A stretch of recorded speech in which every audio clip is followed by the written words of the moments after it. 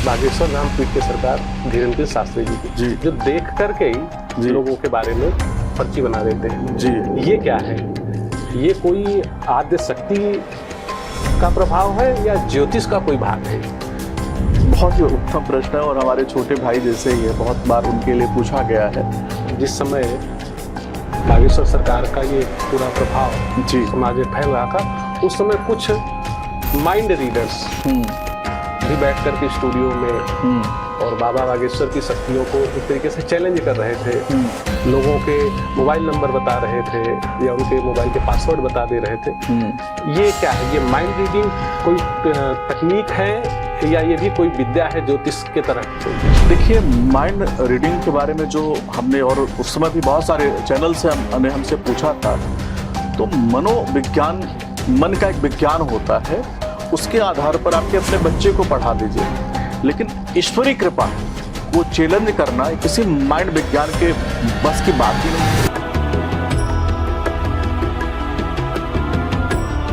नमस्कार, मैं हूं विनोद द्विवेदी और आप देख रहे हैं द विनोद पॉडकास्ट, जहां बात होती है सच, संवाद और सरोकार की। आज के इस एपिसोड में हमारे साथ जो शख्सियत मौजूद हैं, वो सिर्फ भारत ही नहीं बल्कि विदेशों में भी अपने ज्योतिषीय ज्ञान को पहुंचा रहे हैं, लोगों का मार्गदर्शन कर रहे हैं और लोगों को प्रेरणा दे रहे हैं।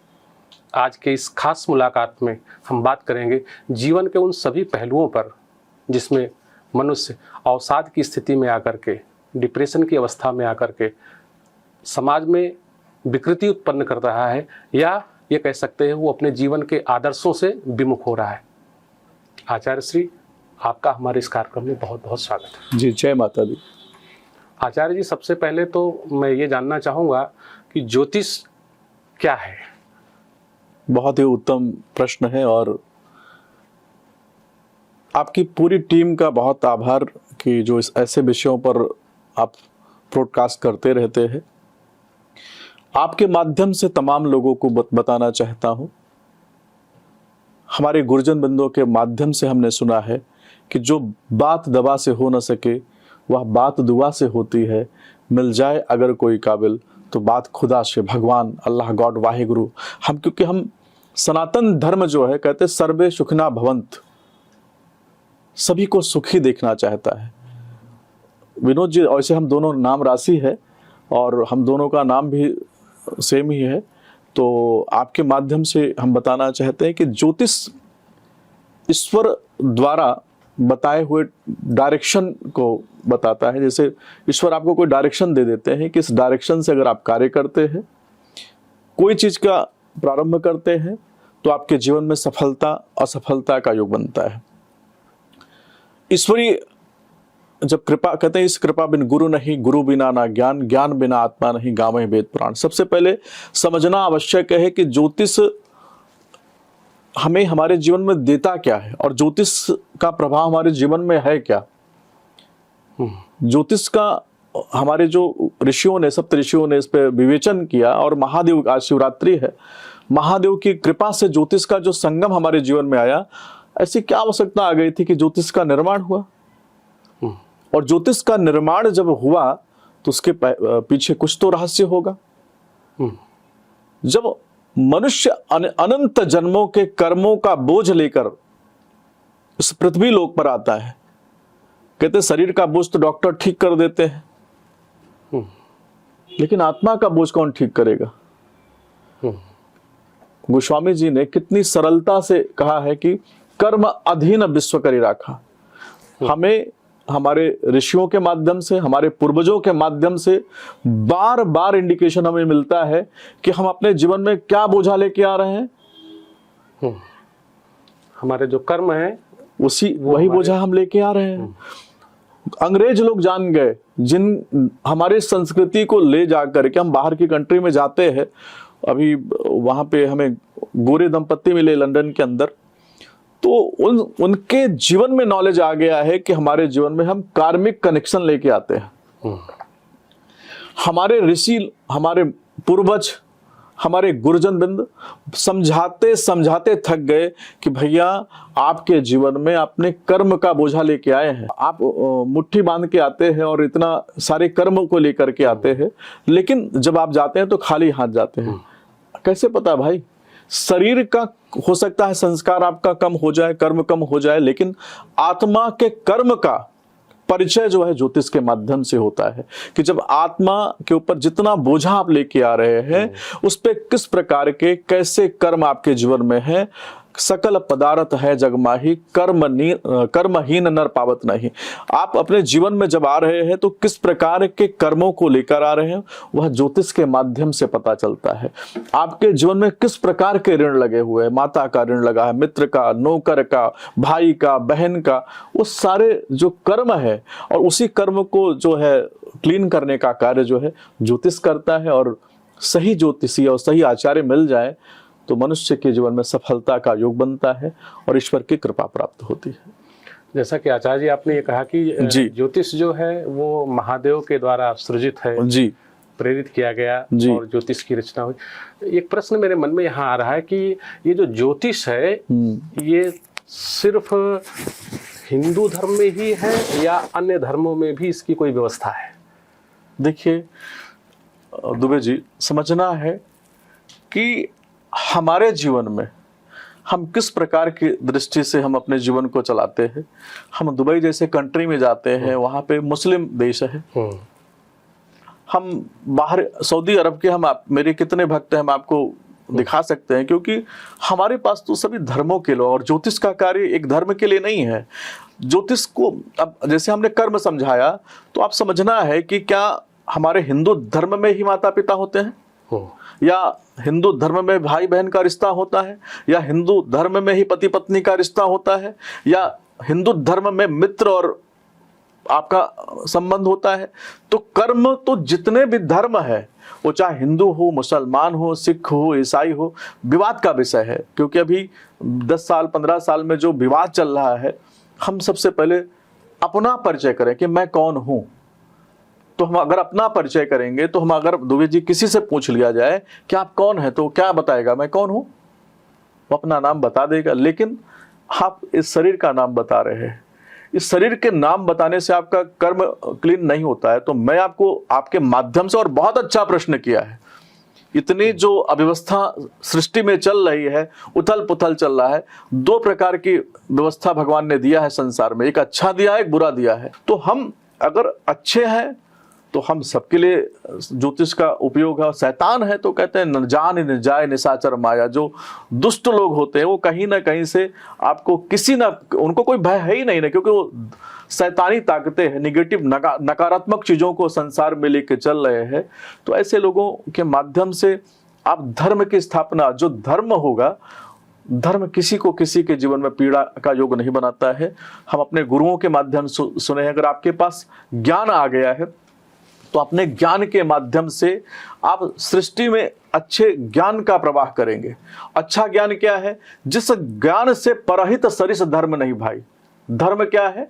आपके ज्ञान के माध्यम से अगर किसी के जीवन में किसी प्रकार का हित हो जाए, वो शारीरिक हो, मानसिक हो और आर्थिक हो, अगर 3 प्रकार का हित आपके शरीर के माध्यम से, आपके ज्ञान के माध्यम से हो रहा है, तो ज्योतिष वही कार्य करता है, क्योंकि आपके कर्म को क्लीन करता है। आपने माता का अगर आपको श्राप लगा है तो क्यों श्राप लगा? आपकी पत्रिका में अगर चंद्रमा ग्रहण लगा है तो आपने क्या किया? पिछले जन्म में माता को बहुत पीड़ा पहुंचाई है, या माता जैसी स्त्री को पीड़ा पहुंचाई है। अब आपसे पूछना चाहता हूं, क्या माता का संबंध हिंदू का ही है? नहीं, वो तो सबके लिए, वो सबके लिए, सभी धर्मों में है। और हमारा सनातन धर्म, हमारे ऋषि लोग क्या बोले? सर्वे सुखिना भवंती। तो क्या उसमें हिंदू वर्ड डाला है क्या कि मैं जो बोल रहा हूं इसमें हिंदुओं का ही कल्याण हो? हाँ, वसुधैव कुटुंबकम हमारी संस्कृति है जी। तो मैं जो हमारे जो पूर्वज है और हमारे जो कुल के अंदर सप्त ऋषियों का जो हमारे जीवन में योगदान है, उनके माध्यम से हम फॉरेन कंट्री में जाते हैं जहां पे क्रिश्चियन लोग हमको सम्मान देते हैं, मुसलमान लोग हमको सम्मान देते हैं, सिख लोग सम्मान देते हैं, पारसी लोग सम्मान देते हैं। तो हमने बहुत सारी कंट्री में गए और हम आज की डेट में 25+ कंट्री के अंदर हमारा आवागमन हो चुका है और वहां पर अलग अलग धर्म के लोग रहते हैं, लेकिन जब इंसानियत की बात आती है तो लोग हमको पसंद करते हैं। मैं अगर कोई पारसी व्यक्ति मिल गया और उसको बोल दिया कि उसके सामने उसके बेटे को ज्ञान दे दिया कि बेटा अगर अपने माता का अगर आपने अपमान किया तो आपका चंद्रमा खराब हो जाएगा। अब उसको ये समझाना है कि चंद्रमा खराब होने से क्या होगा, पिता का अगर आपने सम्मान नहीं किया तो सूर्य खराब हो जाएगा। तो ज्योतिष क्या होगा, सूर्य खराब होगा तो आपके जीवन में किस प्रकार की परेशानी आएगी। तो 9 ग्रहों के बारे को लेकर के हमारे जो ऋषियों ने जो व्यवस्था दिया है विनोद जी, वो इतनी अद्भुत व्यवस्था दिया, अगर उसको लोग फॉलो कर लें, ज्योतिष को सही तरीके से फॉलो कर लें, तो जो ये हाहाकार मचा है, हिंदू मुसलमान की लड़ाई चल रही है और अभी तो हिंदू हिंदू में लड़ाई चल रही है, भाई भाई में लड़ाई चल रही है। जिस दिन ज्योतिष के ज्ञान को समझ जाएंगे, जिस दिन ज्योतिष को समझ जाएंगे, जिस दिन हमारे सप्त ऋषियों के वचन को समझ जाएंगे, दुबे जी आप देखिएगा कि हमारा जो भारत है स्वर्ण का देश हो जाएगा, सोने के समान। सोना क्या है, जो सबसे उत्तम व्यवस्था धातुओं में बताएगी वो सोने को बताएगी। उसी तरीके से जो प्रकृति के अंदर सब संस्कार में आ जाएंगे, क्योंकि ज्योतिष आपके जीवन में संस्कार को समझाता है। अगर अपने संस्कार को आप लेके चलते हैं तो विश्वास मानिए सफलता और मन की शांति को प्राप्त करते हुए भगवान के परम धाम को प्राप्त होते हैं। लेकिन अगर आपने संस्कार विहीन हो गए तो मन की सबसे पहले शारीरिक शोषण आपका प्रारंभ होता है। अब जैसे आपने एंजाइटी का एक प्रश्न किया, तो इसमें इसके पीछे का हमारी प्रकृति इतने मैसेज हमें बार बार देती है। अब 15 दिन आप देखते हैं कि नेचर आपको बहुत अच्छा लगे, जैसे फुल मून आता है आपकी मन की स्थिति बहुत अच्छी रहती है। जैसे अंधेरी रात आती है तो आप क्या देखते हैं कि मन की कितना उथल पुथल, मन में कितनी अव्यवस्था प्रारंभ हो जाती है, मन में कितनी अशांति प्रारंभ हो जाती है। डॉक्टर लोग बोलते हैं भाई एंजाइटी में हो, डिप्रेशन में हो, लेकिन ग्रह का कारण नहीं समझते हैं। एक आचार्य क्या होता है कि आपकी पत्रिका को देखता है और आपको बता देता है कि भाई आपका बच्चा गुरु वीक है, पढ़ाई तो बहुत करता है लेकिन इसके ज्ञान का फल इसको प्राप्त नहीं हो पा रहा है। व्यापार आपका बच्चा तो बहुत अच्छे से करता है, बहुत मेहनत करता है, लेकिन उस मेहनत का फल इसको प्राप्त नहीं हो पा रहा है। तो हमारे जो ऋषि हैं, हमारे जो ज्योतिष शास्त्र है, अगर इसको बहुत डीपली अध्ययन करते हैं तो आपके जीवन के हर प्रश्नों का उत्तर आपको प्राप्त होता है। ना वह हिंदू देखता है ना वो मुसलमान देखता है। आचार्य जी, अभी हम ग्रहों की चर्चा करेंगे। जीवन में सफलता असफलता, इनमें ग्रहों का क्या रोल है, इस पर चर्चा करेंगे। दर्शकों, हम जिस विषय को लेकर के बैठे हैं ये विषय हर व्यक्ति से संबंधित है, ये आपके जीवन से सीधे जुड़ा हुआ है। बातचीत का ये सिलसिला केवल ज्ञानवर्धन के लिए नहीं है, बल्कि हमारे अंदर छुपी ऊर्जा और प्रेरणा को भी निखारने का काम करेगा। ये पॉडकास्ट बहुत ही उपयोगी है, चाहे वो विद्यार्थी हो, चाहे वो व्यवसाय से संबंधित हो या किसी और क्षेत्र से संबंधित हो। अभी बातचीत के सिलसिले में हम आचार्य श्री विनोद कुमार जी से जानेंगे कि जीवन में ग्रहों का क्या योगदान है या हमारे ग्रह कब मंगलकारी होते हैं। आचार्य जी, जैसे आपने ज्योतिष की चर्चा की, क्या ज्योतिष के अलग अलग प्रकार भी होते हैं? जैसे कुछ लोग कुंडली देख करके लोगों के भविष्य के बारे में बात करते हैं, या डेट ऑफ बर्थ के माध्यम से, या टैरो कार्ड जैसा कोई व्यवस्था चलती है। तो क्या ये ज्योतिष के ही अलग अलग स्वरूप हैं या ये कोई अलग प्रक्रिया है और ज्योतिष अलग प्रक्रिया है?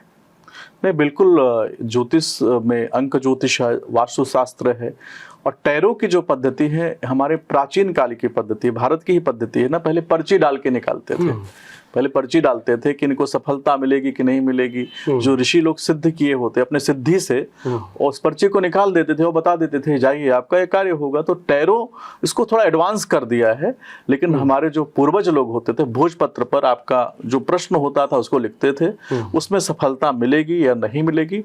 तो ये जो पद्धति है मेरे ख्याल से, और वास्तु शास्त्र भी इसमें है, अंक ज्योतिष है, और आपका टैरो, ये सब हस्तरेखा है, सामुद्रिक शास्त्र है, कीरो शास्त्र, बहुत सारे शास्त्र है। तो जब देखा जाए तो हमारे सब वैदिक पद्धति का ही एक हिस्सा है।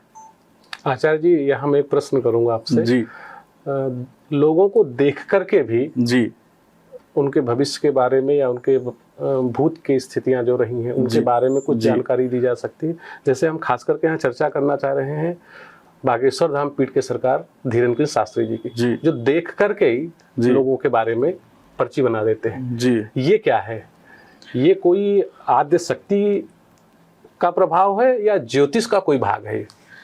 बहुत ही उत्तम प्रश्न है और हमारे छोटे भाई जैसे ही है, बहुत बार उनके लिए पूछा गया है डायरेक्ट इनडायरेक्ट, लेकिन आज तक इस पर मैंने प्रश्न नहीं किया। देखिए, जहां पर आस्थाएं लग जाती है और जब आपके जीवन में जहां पर आस्था लोगों का है, और सिद्ध पुरुष तो होते ही हैं, क्योंकि हमारे जो हमने बड़े बड़े गुरुजन बिंदु से सीखा है, तो जो उनका हम उत्तर देना चाहेंगे वो आस्था और ईश्वर की कृपा दोनों पर आधारित है। जहां पर ईश्वर और आस्था दोनों जुड़ी हो, वहां पे कोई उत्तर ऐसा नहीं देना चाहिए, और लोगों के कार्य सिद्ध होते हैं। हम सिद्ध पुरुषों से तो देखा है ना कि वो बता देते थे कि आज आपने भोजन किया है, तो वैसे भी बहुत सारे लोगों के जीवन में हमने देखा है कि, और एक चीज बताना चाहता हूँ कुल मिला के, कि वहां पर एक तो आस्था का संगम है और दूसरा ईश्वरीय कृपा तो उन पर है ही, तभी ये संभव है।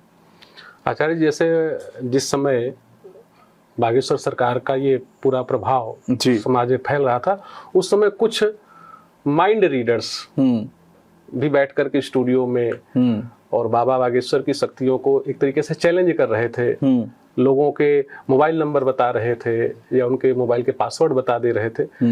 ये क्या है? ये माइंड रीडिंग कोई तकनीक है या ये भी कोई विद्या है ज्योतिष के तरह की कोई? देखिए, माइंड रीडिंग के बारे में जो हमने, और उस समय भी बहुत सारे चैनल से हमसे पूछा था, तो मनोविज्ञान, मन का एक विज्ञान होता है, उसके आधार पर आपके अपने बच्चे को पढ़ा दीजिए, लेकिन ईश्वरीय कृपा को चैलेंज करना किसी माइंड विज्ञान के बस की बात ही नहीं है, औकात भी नहीं है। क्योंकि माइंड विज्ञान क्या बताएगा, समझिएगा, आज आपके साथ क्या है, माइंड विज्ञान की हम बता दे रहे हैं, लिमिट बता दे रहे हैं। आप सामने हैं, आपका फोन नंबर बता देंगे, आपके सामने आपकी स्थिति को बता देंगे, लेकिन जो ईश्वरीय कृपा होती है, आपके आने वाले 50 साल में क्या होगा, ज्योतिष शास्त्र में आपके आने वाले 50 साल में क्या होगा, तो ज्योतिष उसको बता सकता है। जो हमारे सिद्ध पुरुष है, जो हमारे बड़े बड़े शंकराचार्य जी लोग हैं, उनको, उनके ज्ञान को चैलेंज करना, एक माइंड रीडर जो होता है ना, वो तिनका है। जो ज्ञान है वो समुद्र है, और समुद्र में एक तिनके की हैसियत आप समझ सकते हैं। माइंड रीडर अभी आपको बता देगा, लेकिन जो आध्यात्मिक व्यक्ति है, आपके घर पर क्या है, आपके आने वाले समय, और आप अभी तो हम वैदिक ज्योतिष पे हेल्थ का एस्ट्रोलॉजी पढ़ रहे हैं, तो आपकी पत्रिका देख करके हम बता देंगे कि आपको पेट का रोग होगा, हार्ट का प्रॉब्लम आएगा, बीपी का प्रॉब्लम आएगा। तो आप समझ सकते हैं कि समुद्र के अंदर एक तिनकों को डाल दीजिए, तो तिनका तो आज का बता सकता है ना। कोई माइंड रीडर, मैं चैलेंज करता हूं कि वो बता दे कि इस व्यक्ति का 50 साल में ये होगा, तो आप समझ गए।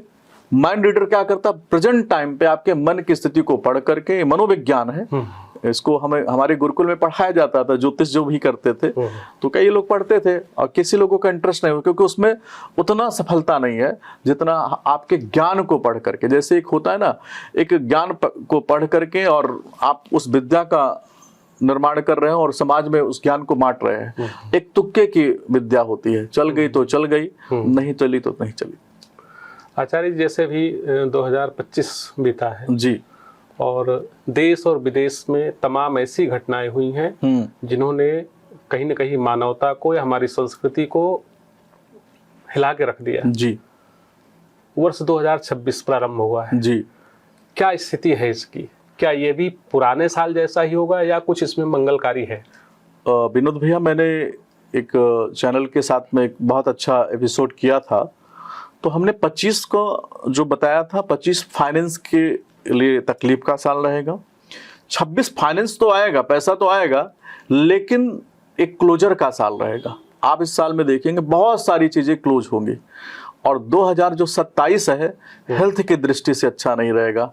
28 में बहुत भयानक उथल पुथल रहेगा।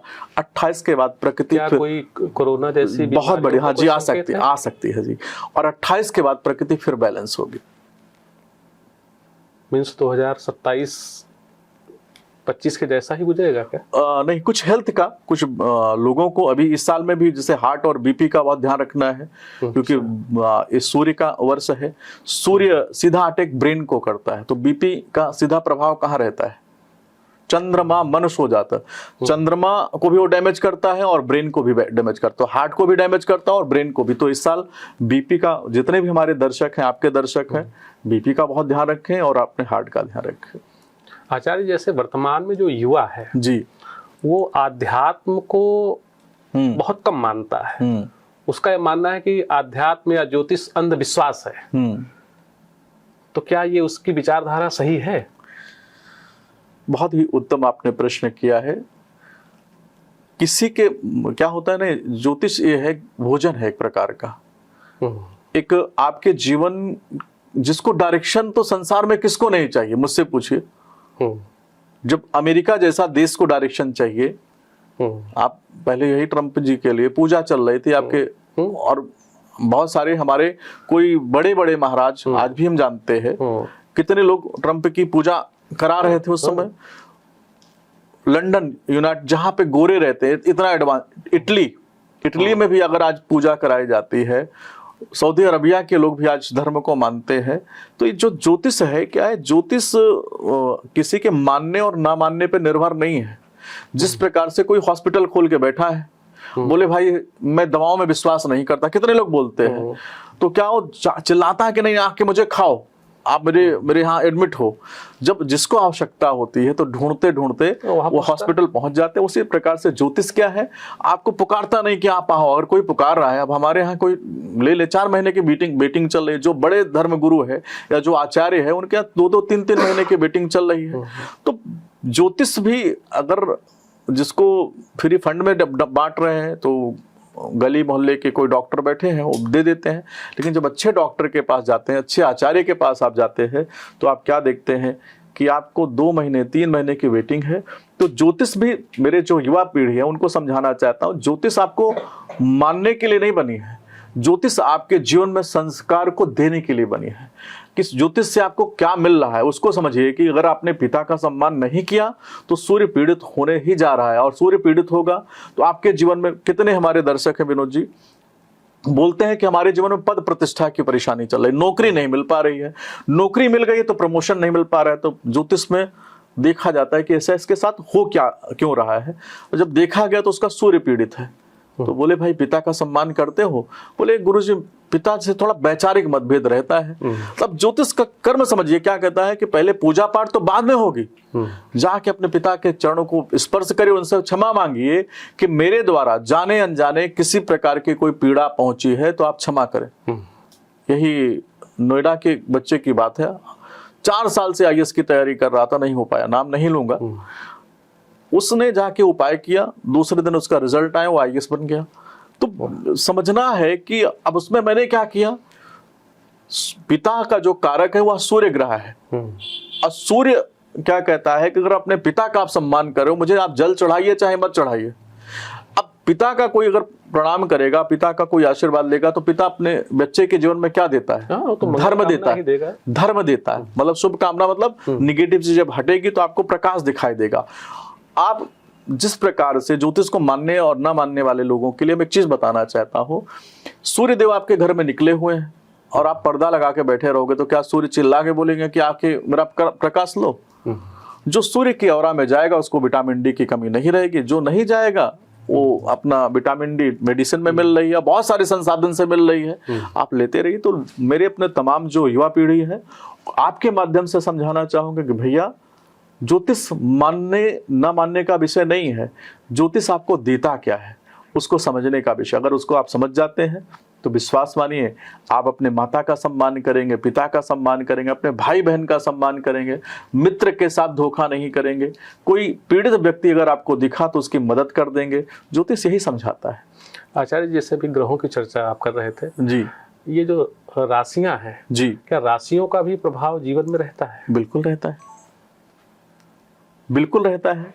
राशि का मतलब होता है कि जब आप सृष्टि में आए तो आपके नक्षत्र से राशि का निर्माण हुआ, उस नक्षत्र का प्रभाव आपके जीवन में 90% रहता है। और 90 और राशि नक्षत्र किस पर निर्भर है? आपकी राशि पर निर्भर है। तो अगर वो नक्षत्र आपका थोड़ा सा वीक भी चल रहा है और राशि आपकी अच्छी चल रहा है तो ग्रह बल से आपके जीवन में सफलता का जो बन जाता है। कितने हमारे में कितने लोगों के मैसेज आते हैं, रोज मैसेज आते हैं कि मेरी राशि में आज क्या रहेगा। और राशि का भी समझना बहुत आवश्यक है कि राशि डीपली अगर देखें तो सबसे पहले आप अपनी पत्रिका को देखें कि आपका नक्षत्र क्या है, नक्षत्र से आपका किस चरण के अंदर आपका जन्म हुआ, और चरण में भी वह राशि क्या बन रही है।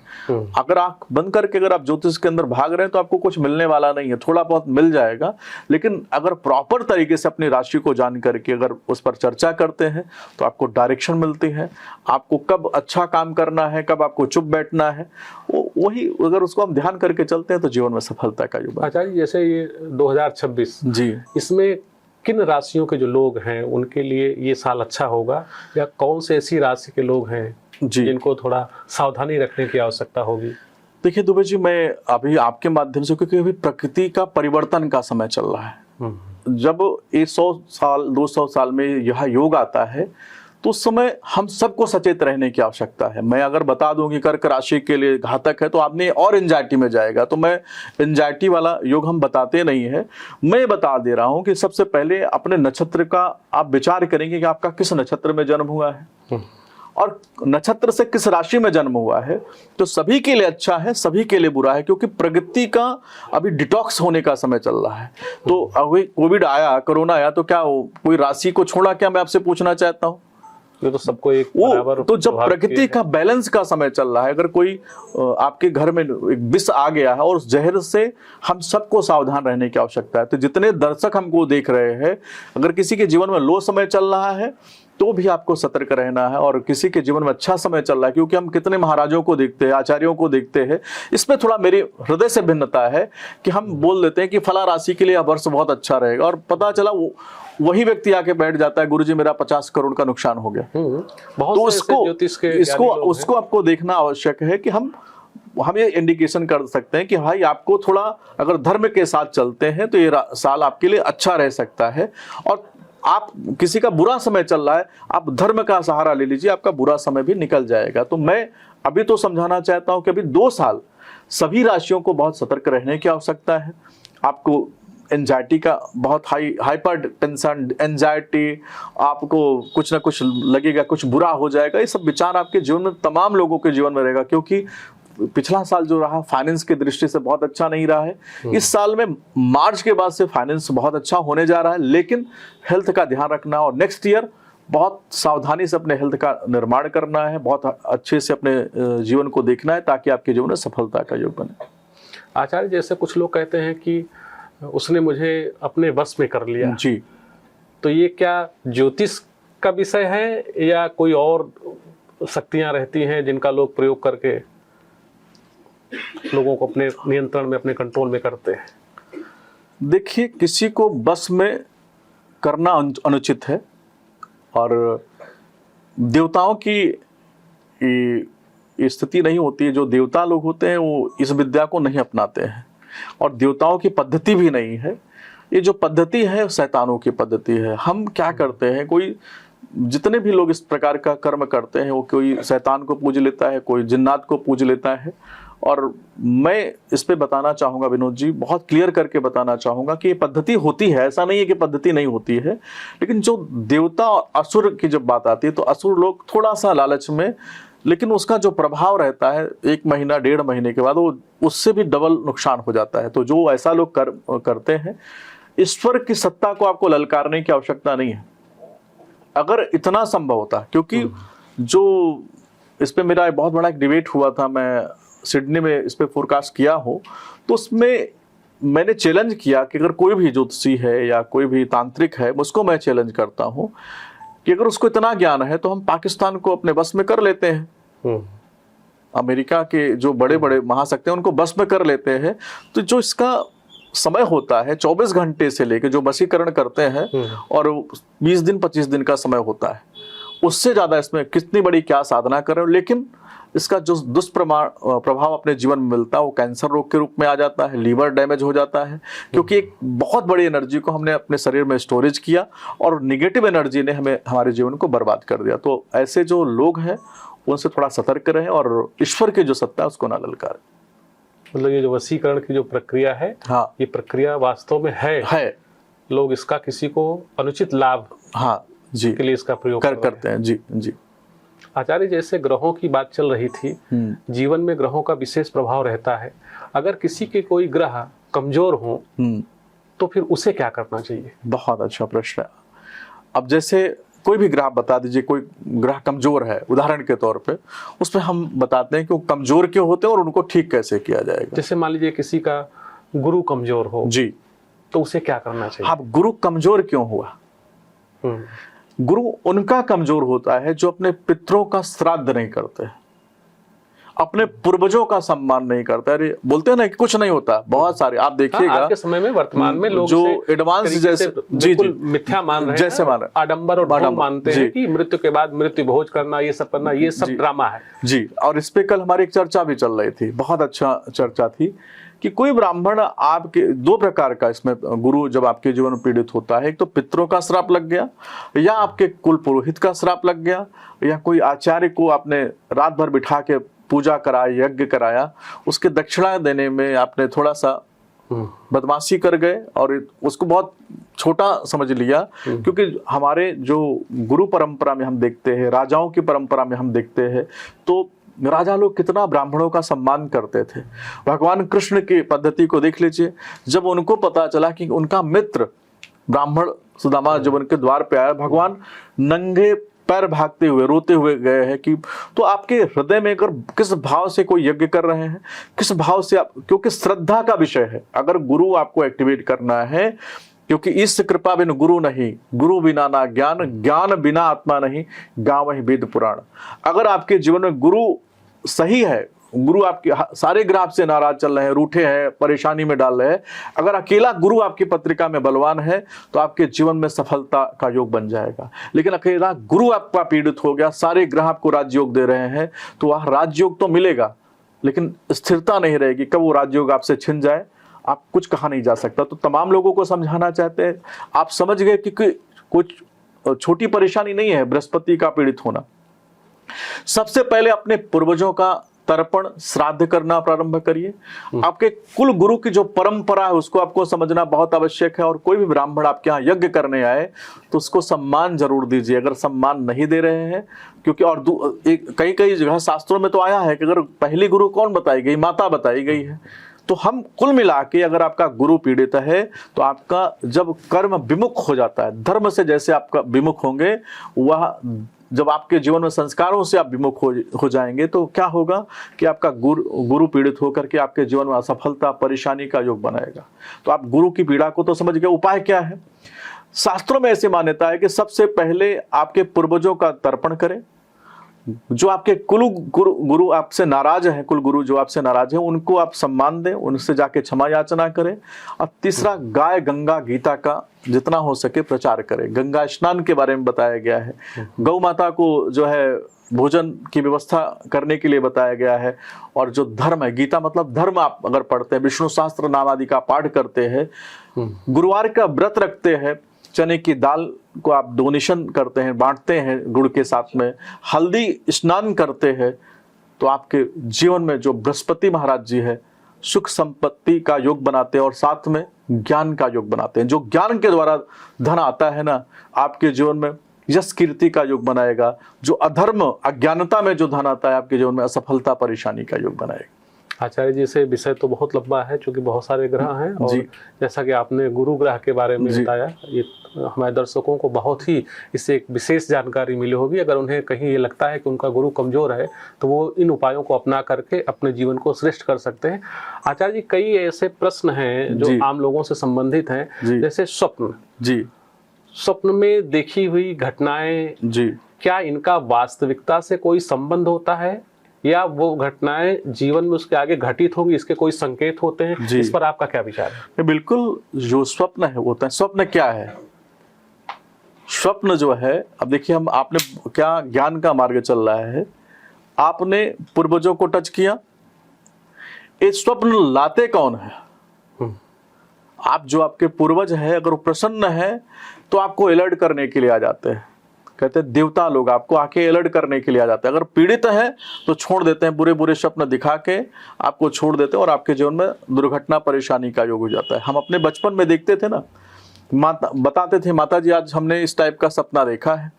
अगर उस स्वप्न से उनको इंडिकेशन मिलता था अच्छा है, तो भी शिवालय में कहते थे ना, अपने यहाँ बोलते थे सीधा निकालते थे, देशी भाषा में बोलते थे, सीधा महादेव के पास रखवा देते थे।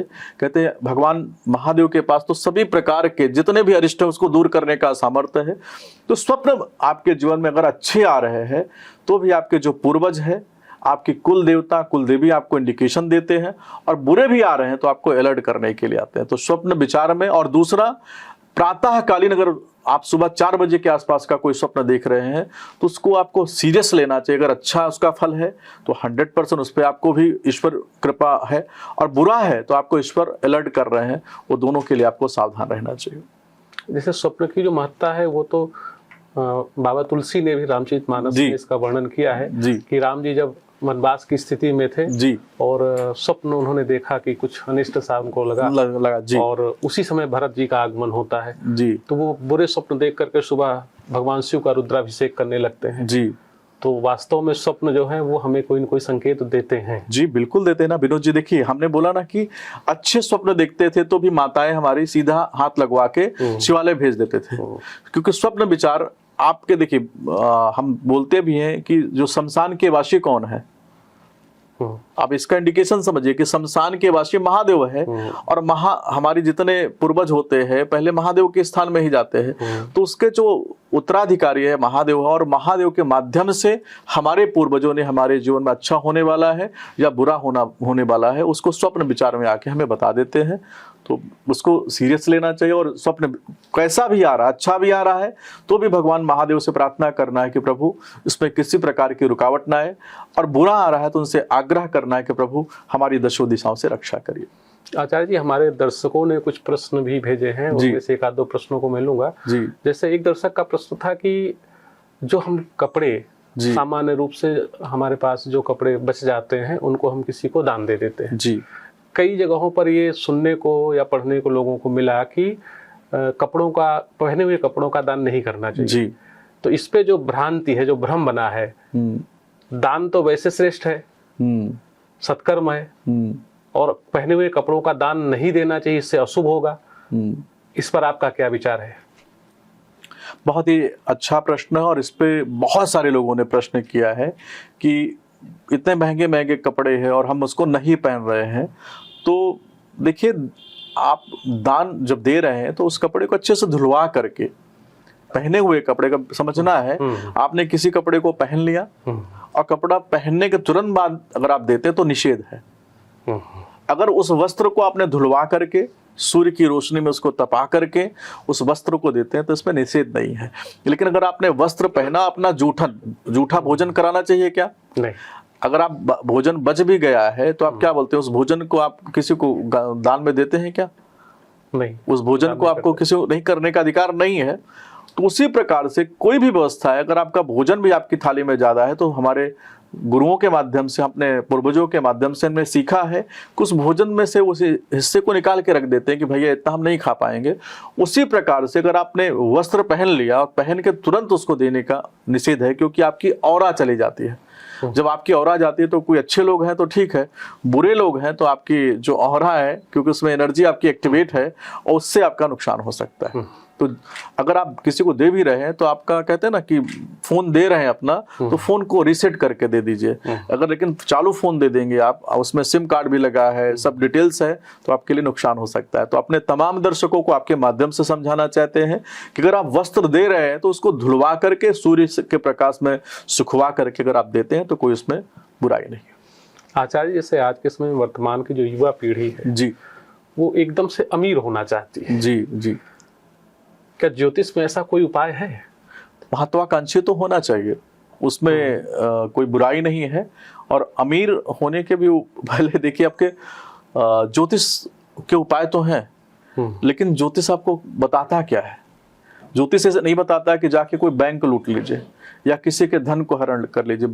ज्योतिष आपके जीवन में आपको कर्म को बताता है कि अगर इस टाइम पे अपने कर्म को एक्टिवेट कर देते हैं, अपने काम को करना प्रारंभ कर देते हैं, तो आप विश्वास मानिए 1 साल 2 साल 3 साल में आप सफलता के द्वार खोल देते हैं। ज्योतिष कोई शॉर्टकट नहीं बताता, कभी भी नहीं बताता कि आप जाके लॉटरी खेल लीजिए, कभी भी आपको नहीं बताता किसी का धन हरण कर लीजिए। ज्योतिष आपके कर्म को क्लीन करके, क्योंकि गुरु का कार्य हमने बताया ना, गुरु आपके जीवन में जब ज्ञान रूपी धन आता है तो चिरकाल तक आपके साथ रहता है। अज्ञानता से आया हुआ धन आपके जीवन से कब चला जाए पर भरोसा नहीं है। तो ज्योतिष आपके मार्ग को आसान तो कर सकता है लेकिन शॉर्टकट नहीं बताता। आचार्य, जैसे सामान्य रूप से लोग कहते हैं कि निगेटिव एनर्जी हाँ का प्रभाव है जी। ये निगेटिव एनर्जी क्या है? जैसे आप लोग भी कहीं जाते हैं तो देख करके आप महसूस कर लेते हैं कि यहाँ निगेटिव एनर्जी है या यहाँ पॉजिटिव एनर्जी है। ये कैसे अनुमान लगता है, क्या है ये? देखिए, जब आप कहीं जाते हैं, मैं आपसे एक बात पूछ रहा हूँ, एक वस्त्र हम पहनते हैं, कपड़ा पहना है हमने जी, अगर उस कपड़े में गंदगी होगा, स्मेल, उसमें से गंदगी, एक होता है ना पॉजिटिव एनर्जी, पॉजिटिव मतलब खुशबू, निगेटिव एनर्जी मतलब बहुत गंदगी और बदबूदार कोई चीजें। तो जो आध्यात्मिक व्यक्ति होते हैं उनका वस्त्र क्या होता है? सृष्टि होती है। अब कहीं पे चले गए और उनको कहते हैं हिमालय पे क्यों जाते थे, मैं आपसे पूछना चाहता हूँ।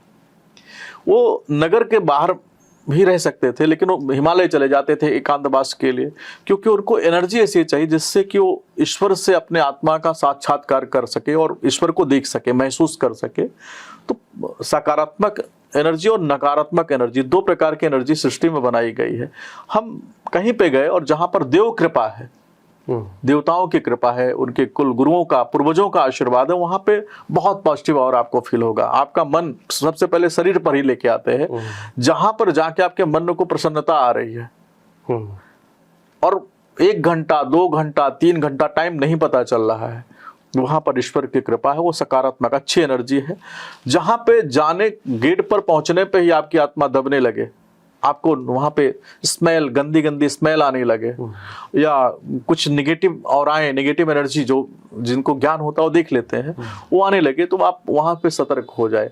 अब उसको भी क्लीन करने की पद्धति ये नहीं कि अब कोई घर किसी ने खरीद लिया वास्तु के अनुसार उसमें दूषित है तो उसको यज्ञ के माध्यम से, व्रत के माध्यम से, तप के माध्यम से, धुनी के माध्यम से बहुत सारी एनर्जी को हमने क्लीन कराया। और हम लोग, हमारे जो ऋषि लोग हैं उस पर वर्क किए हैं।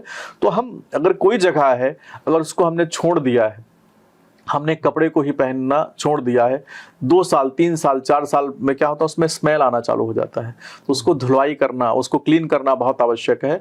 तो उसी प्रकार से अगर कहीं पर हमने उस पर ध्यान नहीं दिया है तो बहुत सारी नेगेटिव एनर्जी हमारे जीवन को दूषित करते हैं और हमारे कार्य को बाधा डालती है। तो आचार्य जी, जैसे एक सामान्य व्यक्ति है, हाँ, उसे इसका ज्ञान नहीं है, तो वो अपने घर को कैसे पॉजिटिव एनर्जी से युक्त रखे, इसके लिए क्या उपाय से करने चाहिए? सामान्य रूप से वो स्वतः कर ले जिसको। सबसे पहले तो सूर्य का प्रकाश आपके घर में कितना आ रहा है। सूर्य अंधकार को, मतलब निगेटिव एनर्जी को दूर करने का हमारे सूर्य देव कितनी कृपा करते हैं कि हर घर में वो अपना प्रकाश किसी न किसी माध्यम से भेजते हैं। जहां पे सूर्य, कहते जहां पे सूर्य का प्रकाश रहेगा तो क्या वहां पर कोई अंधकार रह सकता है? तो पहला चीज। दूसरा क्या है कि हमारे ऋषियों के माध्यम से बोले सूर्य जल दीजिए, गौ माता को ग्रास दीजिए, भोजन का पहला हिस्सा गाय को जरूर खिलाइए, और महीने में एकादशी का व्रत रखिए, क्योंकि आपकी आत्मा जब पॉजिटिव रहेगी तो नेगेटिव एनर्जी वहां रह नहीं सकती है। जब आप ही खुद पीड़ित रहेंगे तो वहां पे कोई न कोई शैतान, कोई न कोई प्रेत, भूत, ये सब आके आपको परेशान कर सकते हैं। तो सबसे पहले अपने जीवन में धर्म को एक्टिवेट करिए।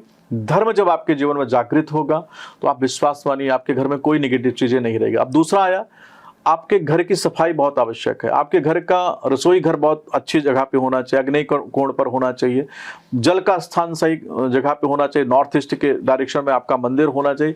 ये छोटी छोटी 4-5 चीजें अगर हम अपने जीवन में ठीक कर लेते हैं, और किसी का गलत हो भी गया है तो लोहवान है, गूगल है, या बहुत सारे महीने में कहते हैं एक यज्ञ कर लीजिए, हर 3 महीने 4 महीने में हवन अपने घर पे जरूर करिए, ताकि कोई के समय में आता है जैसे लोगों के घरों में, जैसे भी आपने बताया कि हाँ पानी का स्थान कहाँ होना चाहिए जी, रसोई घर कहाँ होना चाहिए, कुछ जगहों पर या ज्ञान कम होने के कारण, जानकारी कम होने के कारण ये चीजें अलग अलग दिशाओं में बनी जी जी। अब वो चूंकि निर्माण हो चुका है जी, उसको वो कैसे विखंडित करके फिर से बनाना, ये एक समस्या बनती है। तो इसके लिए वो क्या ऐसे कुछ छोटे छोटे उपाय आप बताएं जिससे कि वो उसके लिए उसमें बोला गया है नमक का पोछा अपने घर पे लगाइए, गुरुवार के दिन थोड़ा हल्दी डाल करके अपने घर का पोछा लगाइए। आप जो अगर जैसे किसी का अग्नेय कोण पर किचन नहीं है वहां पर कई लोग बाथरूम बना देते हैं, तो ऐसे जीवन में आप क्या देखते हैं, हड्डियों का रोग आ जाता है घर में। ऐसे लोगों के जीवन में लीवर का प्रॉब्लम, क्योंकि भोजन का जो भंडार गृह है वो पेट है, तो पेट बहुत खराब रहेगा। तो ऐसे लोगों के लिए बोला गया कि थोड़ा हल्दी का प्रयोग करना प्रारंभ करें, क्योंकि गुरु जो है अगर आपका एक्टिव है, सिर्फ गुरु के प्रभाव से वास्तु दोष खत्म हो पाएगा। अगर आपका गुरु ठीक है तो सारे विकारों को दूर कर सकता है। तो और गुरुओं के माध्यम से अपना एकाध हवन करा दीजिए, 2 महीने 4 महीने साल में एक बार तो जरूर यज्ञ करना चाहिए, ताकि आपके घर में कोई निगेटिव चीजें वो दूर हो जाए। आचार्य, जैसे आज के समय में वर्तमान में लोग आधुनिक हो चुके हैं जी, उनका ये तर्क रहता है कि यदि ज्योतिष इतना सब कुछ जान लेता है या कर सकता है या कर लेता है, हाँ, तो जो घटनाएं घटी हैं अभी हाँ, हाल के समयों में हाँ, तो फिर उसके बारे में क्यों अनुमान पहले नहीं लगा लिया गया? बहुत ही अच्छा प्रश्न है, और उसको आके कोई जो भी मिलना चाहे उनको बोलो हमारे ऋषियों ने पंचांग लिख दिया है। आप उस ज्ञान को कितना बढ़ा रहे हैं? आप हमारे देश में, हमारे भारत, हम आपसे पूछ रहे हैं कितने गुरुकुल, अभी कोई मीडिया वाला आ जाए तो बोले भाई आपके सिटी में कितने गुरुकुल चल रहे हैं, बता पाएगा? है कि हाँ, वो तो बता नहीं पाएंगे। आप हमारे ज्ञान को चैलेंज तो कर रहे हैं जब भी आपको मौका मिल रहा है, लेकिन उस पर आप कभी ध्यान नहीं दे रहे हैं कि अगर कोई गुरुकुल में व्यवस्था नहीं है। कितने जो बेचारे मीडिया के लिए भी काम कर रहे हैं, अध्यात्म को भी लेके जा रहे हैं, उनको सपोर्ट कहाँ से कितना मिल रहा है? बड़े बड़े चैनलों को बहुत सारे फंड आ जाते हैं, लेकिन जो धर्म के लिए काम कर रहे हैं उनको कौन व्यवस्था दे रहा है? तो आप कह दो कि आप हमसे पूछने का अधिकारी तब है जब आप हम पे कुछ इन्वेस्ट करें, और हमारे ही हिसाब से हम आपको इंडिकेशन दे रहे हैं, बार बार चिल्ला रहे हैं। अगर डीपली देना है तो रिसर्च का विषय हम अपने 200 ब्राह्मणों को बिठाएंगे, रिसर्च कराएंगे, उसका खर्चा कौन देगा? और पढ़ना है तो 100 साल के पंचांग में कौन से सन में क्या होगा उसको जाके पढ़ लीजिए। 100 साल के पंचांग में हर चीज बहुत विस्तार से लिखा है। हमारा पंचांग, काशी का पंचांग उठा लीजिए, पंचांग दिवाकर उठा लीजिए, उसमें घटना दुर्घटना का इंडिकेशन दे देता है। कौन इतना डीप रिसर्च करेगा भैया? आप हर जगह पे तो लोगों के पैसे की व्यवस्था कर देते हैं, हर जगह पे फंड आ जाता है, लेकिन सनातन धर्म को बढ़ावा के लिए कितना फंड आ रहा है?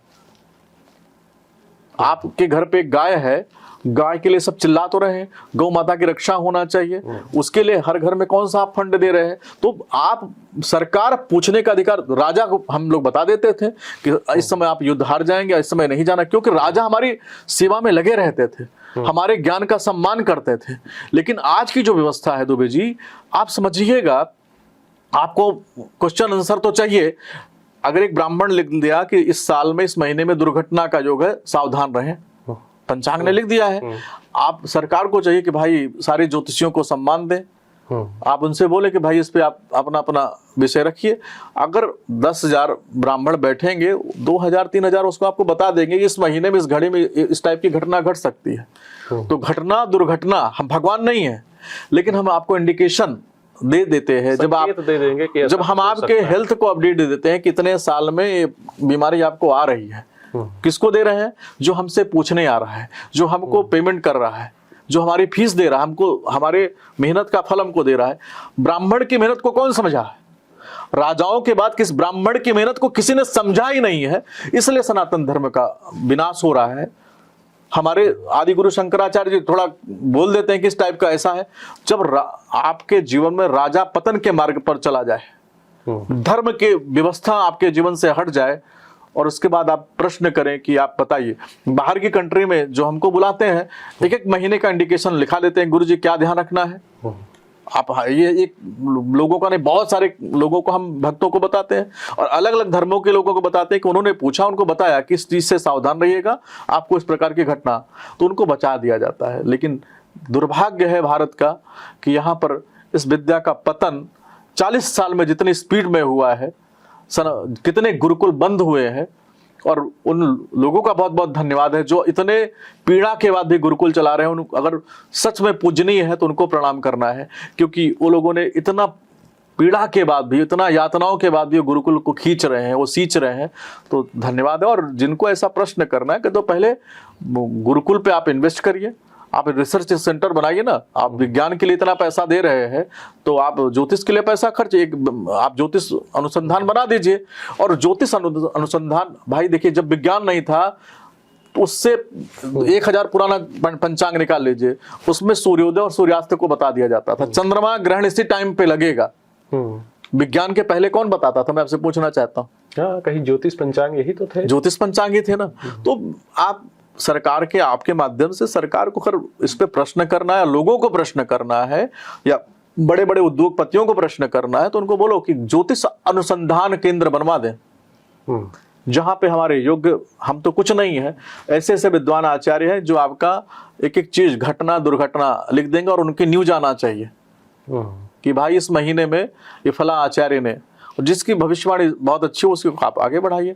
हम मेहनत क्यों करें, हमें जर्नल मेहनत, जैसे आपने राशि पे बोला, हमने नहीं क्यों मेहनत किया, क्योंकि हम बिना उसको अध्ययन किए, डीपली अध्ययन किए, हम उसको उस पर बात ही नहीं करते हैं। तो भविष्यवाणी पे भी हम इतना मेहनत क्यों करें। हमारे पास आप आए हैं तो मैं आप पे अध्ययन करूंगा ना। मैं 140 करोड़ पे अध्ययन और करने में 1 साल का समय लगेगा।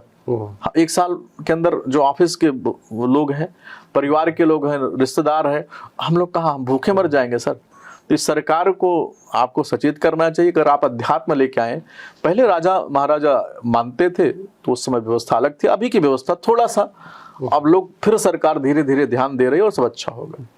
आचार्य, जैसा आप कहते हैं कि बिजनेस मेहनत से नहीं बढ़ता बल्कि सही समय और सही निर्णय से बढ़ता है जी, इसे आप थोड़ा सा समझाएं। देखिए, जब मैं आपसे पूछ रहा हूं कि आप घर से निकले हैं बिजनेस के लिए और तूफान आ गया, तूफान में आपकी मेहनत की स्थिति क्या होगी, और साइकिल चला रहे हैं और विपरीत में तूफान आपका चल रहा है, तो आपकी मेहनत की स्थिति का फल क्या होगा, मुझे बताइए। कुछ नहीं, शून्य होगा। जब वही तूफान आ गया और आपके डायरेक्शन में वो आ गया, तो मेहनत आपकी फिर भी शून्य है, लेकिन आपको फल मिल जाएगा, क्योंकि तूफान आपको अपनी स्थिति में, और बहुत भयंकर तूफान है तो ज्योतिष कहता है रुक जाओ थोड़ा, जब सरल वाला आएगा, थोड़ा धीमा हो जाएगा तब चला लेना, थोड़ा मेहनत करोगे और आपको सफलता का। तो ज्योतिष क्या करता है, जब आपका भाग्य बल स्ट्रांग होता है तो आपको बोलता है जाइए, आप खड़े हो जाइए, आपको सफलता मिलती चली जाएगी। तो लेकिन अगर आप तूफान में मेहनत कर रहे हैं तो आपको मेहनत 0/0 है। तो ज्योतिष आपके भाग्य का बल देखता है, आपका अनुकूल समय देखता है, और उस अनुकूल में आपको खड़ा कर देता है। तो आप राजनीतिक बन जाते हैं, आप मंत्री बन जाते हैं, आप सांसद बन जाते हैं, आप IAS बन जाते हैं, आप डॉक्टर बन जाते हैं, आप जज बन जाते हैं। लेकिन आप विपरीत समय में संघर्ष कर रहे हैं तो 2 साल, 3 साल, 4 साल, 5 साल, कितनी बार आपने देखा होगा कि लोग, उनको पता भी नहीं होता कि वो चुनाव जीत जाएंगे, लेकिन अनुकूल समय को जो उनके आचार्य होते हैं उनको पता होता है कि चुनाव 100%। एक मैं कितनी, हमारे लोग हम जानते हैं, बोलते हैं गुरुजी हमारा चुनाव तो हार गए, और हम मुस्कुरा के बोलते हैं कि तुम्हारा चुनाव निकल गया। इसी इलाहाबाद की बात है। तो ज्योतिष कोई खिलौना नहीं है।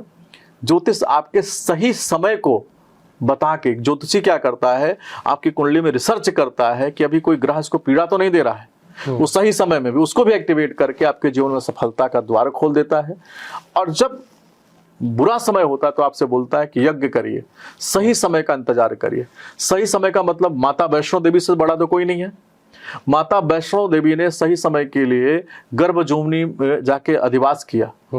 क्यों किया भाई? वो तो आदि शक्ति थी, वो चाहती तो सब खत्म कर देती, लेकिन उन्होंने अपने सही समय का इंतजार किया।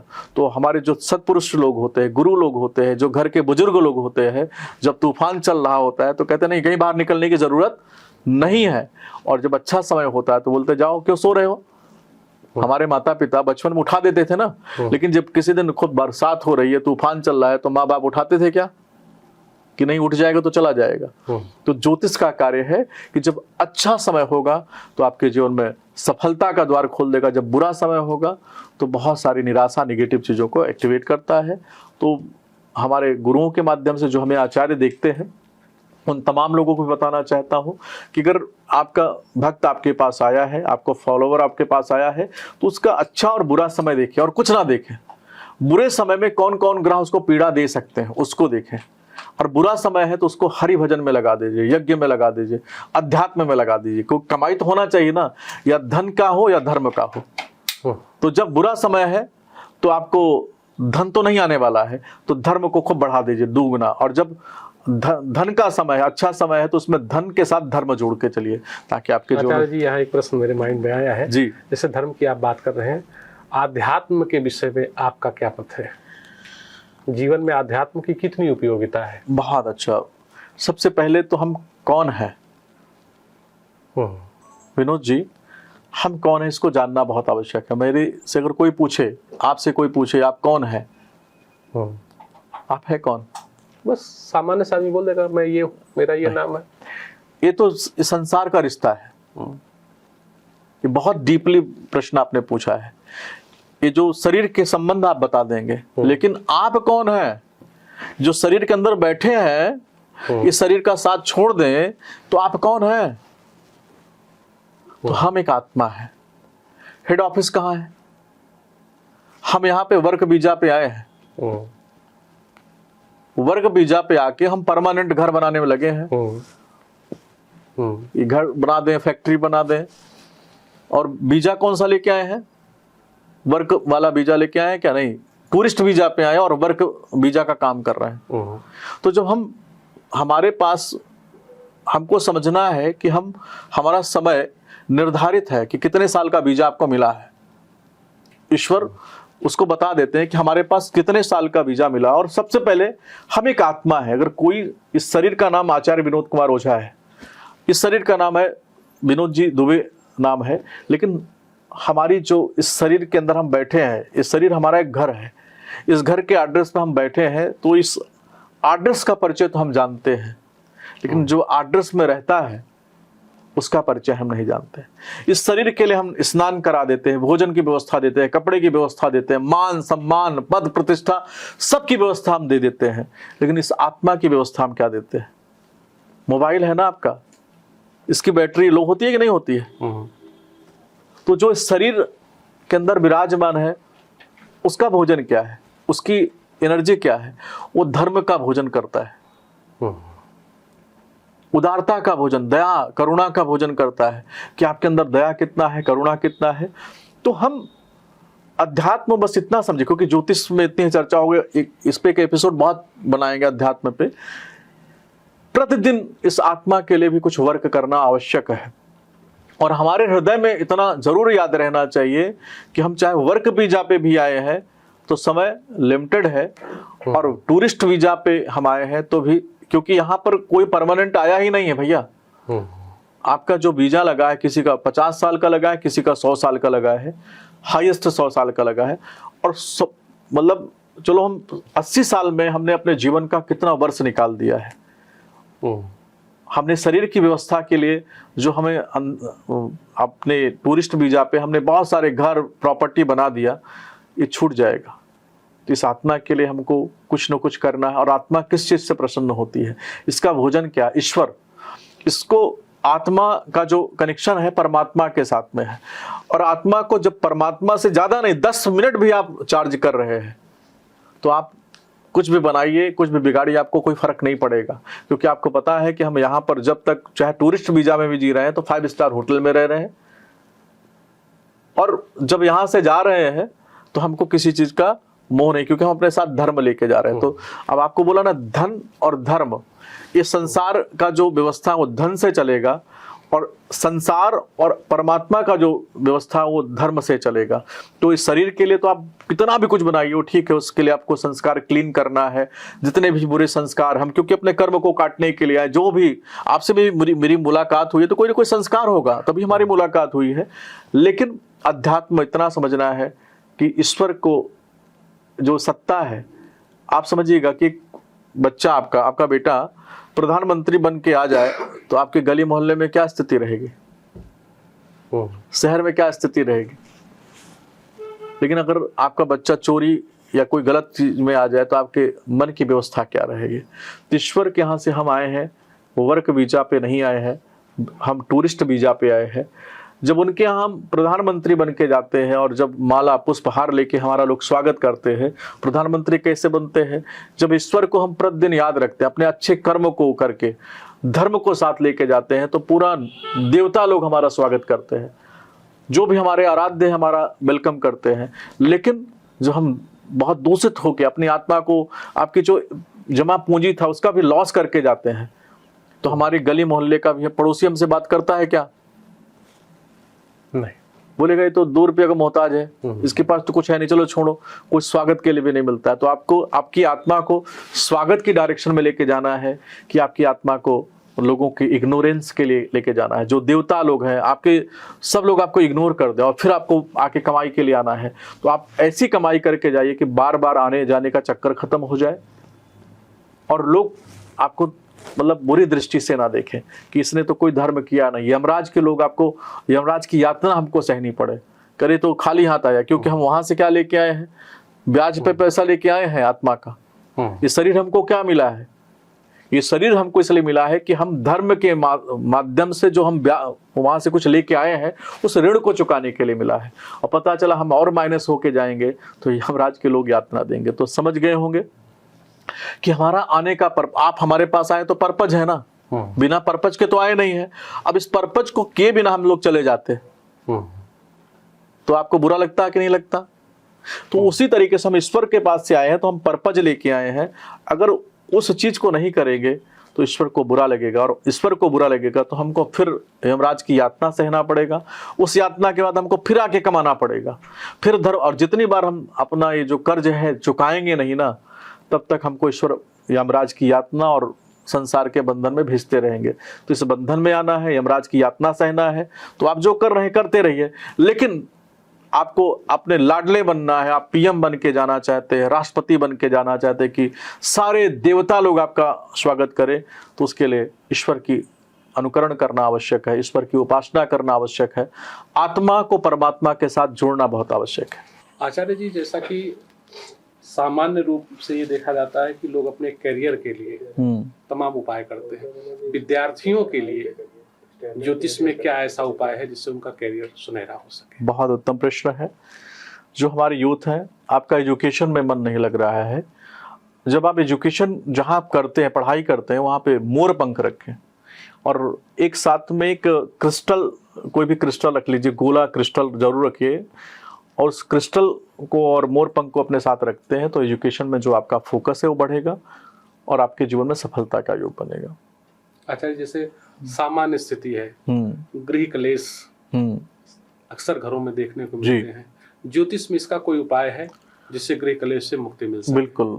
हमारे बहुत सारे जो दर्शक हैं उनके, देखिए, गृह क्लेश राहु जी कराते हैं, जहाँ पे लड़ाई झगड़ा ये सब हमारे राहु जी को आनंद आता है। एक बच्चा है बैठ के आनंद लेता है ना, तो कहते हैं अपने यहाँ हम लोग एक नाटक देखते हैं, तो नाटक देखने में राहु जी को बहुत आनंद आता है।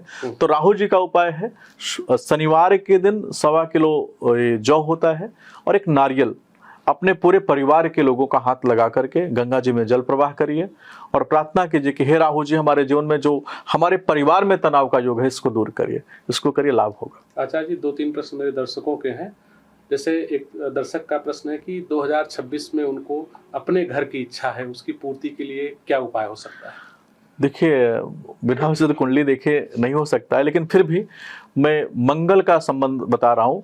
हनुमान जी के मंदिर में एक ध्वजा लगाइए और हनुमान जी के उपासना करते हैं, मंगलवार का व्रत रखते हैं और साथ में चने, भूंजे चने होते हैं, गुड़ के साथ में डोनेट करते हैं, बंदरों को खिलाते हैं और उनसे हनुमान जी से प्रार्थना करते हैं कि आपके जीवन में मंगल एक्टिवेट होकर के भवन सुख आपको प्राप्त करा दें। इस उपाय को करिए, लाभ जरूर होगा।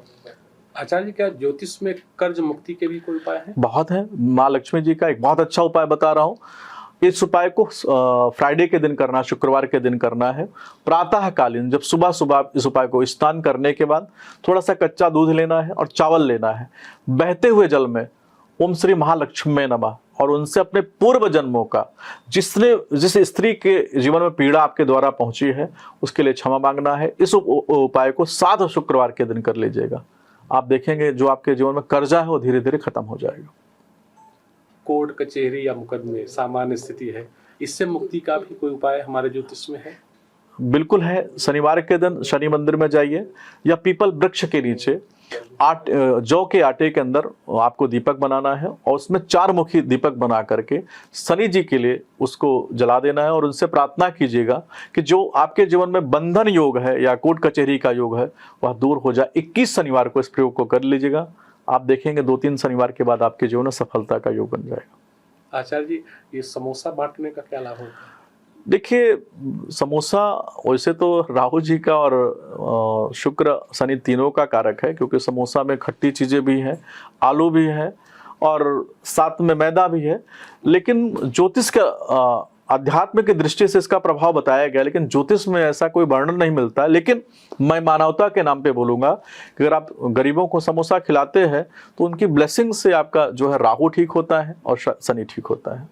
आचार्य, जैसे वर्तमान में एआई का प्रयोग हो रहा है जी, और एआई पर लोग अपनी डेट ऑफ बर्थ डाल करके अपनी कुंडली निकालना या भविष्यवाणियां, क्या ये एथेंटिक है? मैं इस पे बहुत अच्छा उत्तर दे रहा हूँ कि टेक्निकल चीजें जो आपके जीवन में संसाधन बन सकती है, आपके लिए वो संसाधन का माध्यम बन सकता है, लेकिन संसाधन और अध्यात्म में बहुत दूरी है। अध्यात्म के द्वारा मैं कह रहा हूं कि जो आध्यात्मिक चीजें हैं, आपके कर्म को कैसे ठीक करें, आपकी चीजों को कैसे बनाए, एक आचार्य का जो वाइब्रेशन होता है, आपकी कैलकुलेशन तो एआई बता सकता है, लेकिन आपके जो मार्ग है और किस मार्ग के माध्यम से आपके जीवन में सफलता होगा वो एआई कभी नहीं बता सकता। कैलकुलेटर का काम क्या है? आपके कैलकुलेशन करके बता देगा, लेकिन क्या कैलकुलेटर नोट का बंडल ला के खड़ा कर सकता है क्या? तो ज्योतिष या अध्यात्म आपके जीवन में आपके कर्म के द्वारा चीजों को ला के खड़ा कर सकता है, लेकिन आपके जीवन में एआई वो काम कभी नहीं कर सकता है। तो एआई सिर्फ कैलकुलेशन है, उसको बड़े उस पर ज्यादा भरोसा ना करें। आचार्य जी, अंत में आप हमारे दर्शकों को क्या संदेश देना चाहेंगे? हमारे दुबे जी इतना मेहनत कर रहे हैं और ये बेचारे प्रकृति को कुछ देने के लिए आए हैं, तो हमें भी समझना है कि हमें संसार में हमारा जन्म क्यों हुआ है। सबसे पहले तो आपने जो मेरे पूरे एपिसोड को देखा होगा, उसके माध्यम से आपके कर्म को, आपके जीवन में जो आत्मा में कर्म लेके आए हैं उसको समझें और उसको स्वीकार करें। अच्छा कर्म किया है तो आपके जीवन में राजयोग मिल रहा है, लेकिन अगर कुछ बुरा आपसे हुआ है तो आपको उस कर्म को क्लीन करना है। माता पिता का सम्मान करना है, बड़ों का सम्मान करना है, संस्कृति का सम्मान करना है, संस्कार का सम्मान करना है। ये सब चीज़ों को अगर आप करते हैं तो आपको नवग्रह से डरने की आवश्यकता नहीं है। हमारे राहु जी, हमारे शनि जी इतना फ्री नहीं बैठे हैं कि वो सबके जीवन में यातना का योग बना दे। अगर आपका कर्म ठीक है तो यही राहु जी आपके जीवन में राजयोग का स्थापना करके अच्छे धनार्जन, अच्छे पद प्रतिष्ठा का योग बनाएंगे। तो अपने जीवन में संयम और संस्कार दोनों साथ लेके चलते हैं, संस्कृति को साथ लेके चलते हैं, तो विश्वास मानिए आपके जीवन में सफलता का योग बनता चला जाएगा। आचार्य जी, आपने अपना कीमती समय दिया, इसके लिए हम आपको बहुत बहुत धन्यवाद करते हैं। आपकी सभी टीम का दिल से आभार कि आपने इतना मूल्यवान समय हमारे लिए निकाला। दर्शकों, अभी आप देख रहे थे आचार्य श्री विनोद कुमार ओझा जी से एक खास बातचीत। इसमें इन्होंने अपने निजी अनुभव और ज्योतिष के द्वारा हमारे जीवन को किस तरीके से समृद्ध और संपन्न करने की प्रक्रिया हो सकती है उसके बारे में चर्चा की। फिर मिलेंगे नए एपिसोड में और नए मेहमान के साथ। तब तक के लिए नमस्कार, जय हिंद।